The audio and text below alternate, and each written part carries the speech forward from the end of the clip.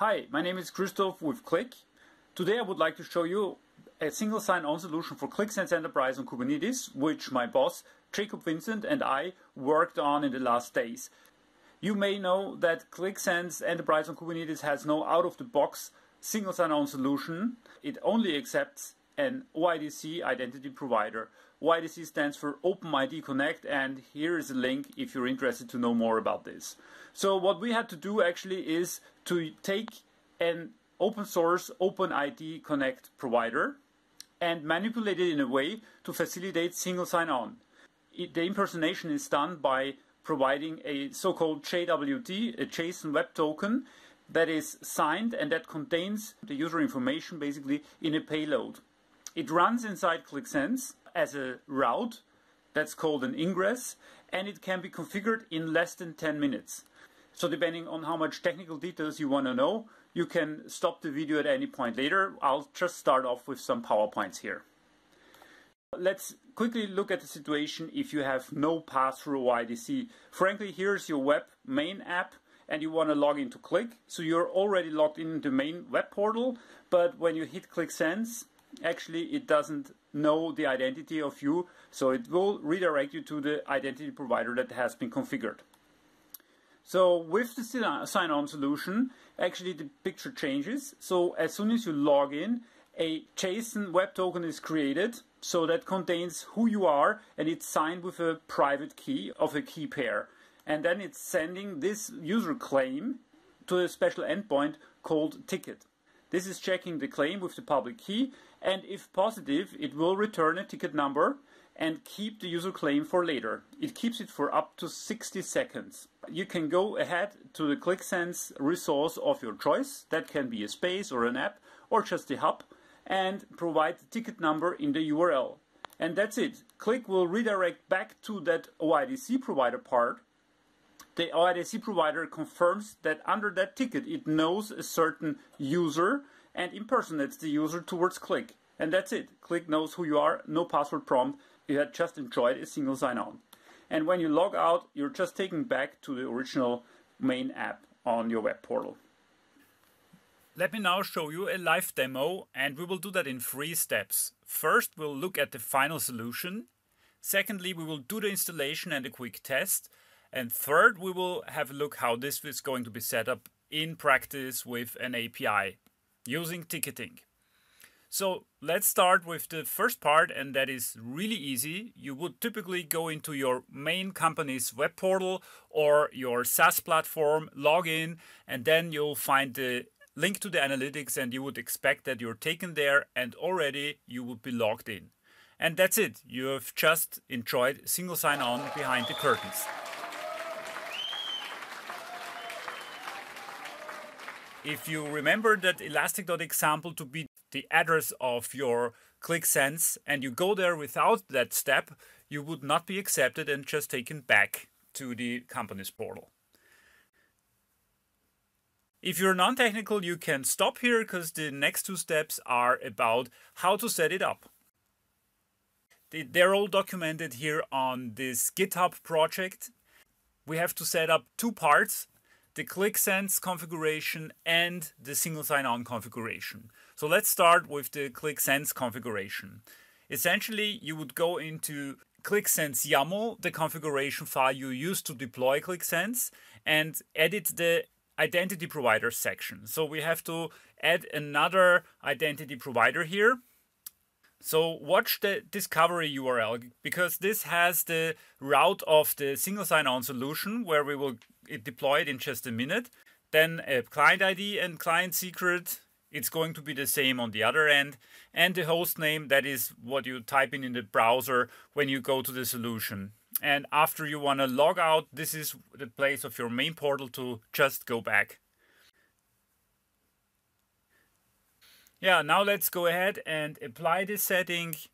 I called my installation Qlik. So we do Helm upgrade, Qlik, and from the stable release, Qlik Sense, we will use the file we just changed, and it's going to take a minute to apply the changes.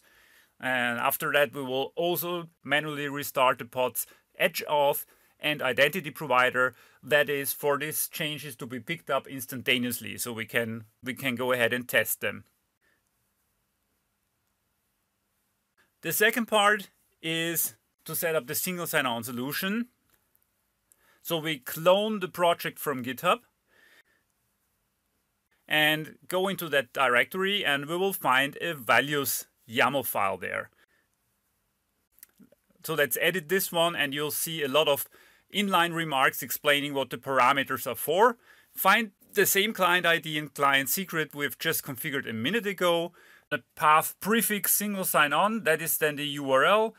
There are settings for OIDC redirects, allowed post logout redirects, and here that's an important one, the passphrase or the public key. So the passphrase is less secure than the key. For simplicity reasons, I keep it with a passphrase right now. And the sign-on endpoint can be turned off later, but it helps in the first test, so I set it here to true. And you can leave the rest as default. That means leaving the default error messages. In case of errors, I want to be taken back to my company's portal. So as you can tell, between the OIDC's values.yaml and Qliksense YAML, the two configuration files, certain parameters are interdependent. So now we do a Helm installation of that folder. We call this installation OIDC and provide this values YAML. So this installs 4 objects, a deployment, a pod, a service, and an ingress route. So now we can go to /single sign-on, the same address as Qliksense, and it will just reply that it's up and running. And if I would attempt to log in now, it will still not do so, because now it expects to have a ticket and it has no. So it takes me to the address we just configured to my main company's portal. So I have to do it in a different way. So we have to create a token containing a payload and sign it.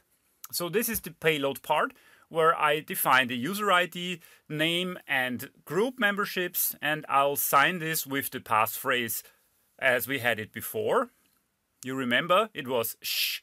Then I copy this token to the clipboard, go back to single sign-on /sign-in, and I have to provide 2 parameters, forward with the final destination and JWT with the key of with the signed token. And now I am accepted, I'm taken in, and I'm logged in as the user we just had in that payload. So now on the third part, we will see how this is done in real life. Because in real life, when the browser wants to go to Qlik, a backend communication will get the ticket number for you and will attach it to a browser redirect.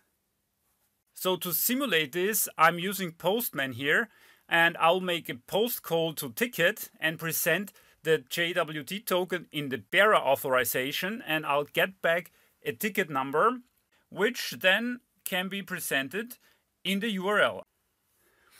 I just go to elastic.example !Qlik ticket, and I put this ticket number, and now it takes me in and I'm impersonated.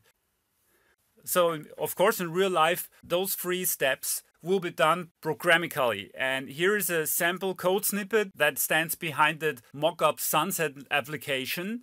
So when you click on go to analytics, it checks if you're logged in, and if so, it signs the key with your payload, with your information, who you are, and then will fetch a ticket with the post call here in that line. And once you have the ticket number, it will just tell the browser to redirect to Qliksense on the URL elastic.example and attach that ticket.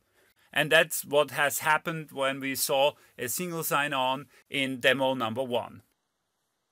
So we are at the end of the presentation of this innovation project. I hope it will help you be more successful with Qliksense on Kubernetes.